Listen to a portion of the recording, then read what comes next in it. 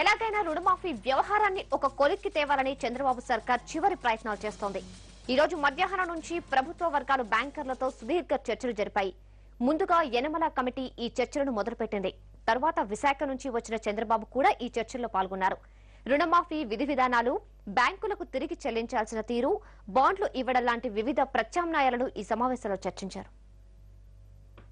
రుణమాఫీపై బ్యాంకర్లతో AP CM బాబు సమావేశం ముగిసింది. ఈ సమావేశానికి సంబంధించినటువంటి తాజా అప్డేట్స్ ని మా కరెస్పాండెంట్ దినకర్ అందిస్తారు. దినకర్, రుణమాఫీపై బ్యాంకర్లతో భేటీలో ఏం తేలింది? దీనికి సంబంధించినటువంటి అప్డేట్స్ ఏమిటి? ఇప్పుడే సమావేశం ముగిసింది. సమావేశం అనంతరం బ్యాంకర్లంతా కూడా వెళ్ళిపోవడం జరిగింది. అయితే దీనికి సంబంధించి ఆంధ్రప్రదేశ్ ప్రభుత్వం తరపున రాష్ట్ర మంత్రులు ఒక బ్రీఫింగ్ ఇవ్వడానికి కూడా సిద్ధమవుతున్నారు. అయితే అంతర్గతంగా వచ్చే సమాచారం ఏంటంటే 33 లక్షల మంది రైతులకి దాదాపు రుణమాఫీ తొలి దశలో ఇవ్వాలని, అది 50,000 లోపు మాత్రమే ఇవ్వాలని కూడా ప్రభుత్వం సిద్ధంగా ఉన్నట్టు కూడా సమాచారం ఉంది. అయితే ఇప్పటికే ప్రభుత్వం తరపున 6,500 కోట్ల రూపాయలు ఉన్నాయి. దాంతో పాటు దీనికి సంబంధించి రుణమాఫీ కోసం చేసినటువంటి సమీకరణలో భాగంగా కూడా మిగతా అమౌంట్ కూడా ఏర్పాటు చేయాలని కూడా ఆలోచనలో ఉన్నట్టుగా తెలుస్తుంది.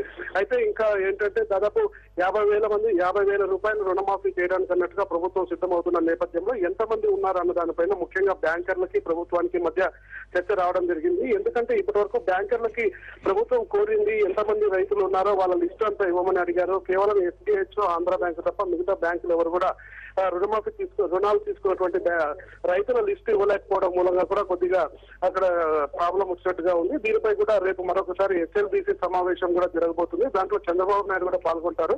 సో అయితే పూర్తి స్థాయి సమాచారం వస్తుందా అన్నది లేదు మాత్రం ఇంకా తెలియదు. దీనికి సంబంధించి ఏమైనా టైం బౌండ్ పెట్టుకోవాలన్న ఆలోచనలో ఉన్నారు. అయితే అక్టోబర్ 2 నుంచి జన్మభూమి ప్రారంభమవుతుంది.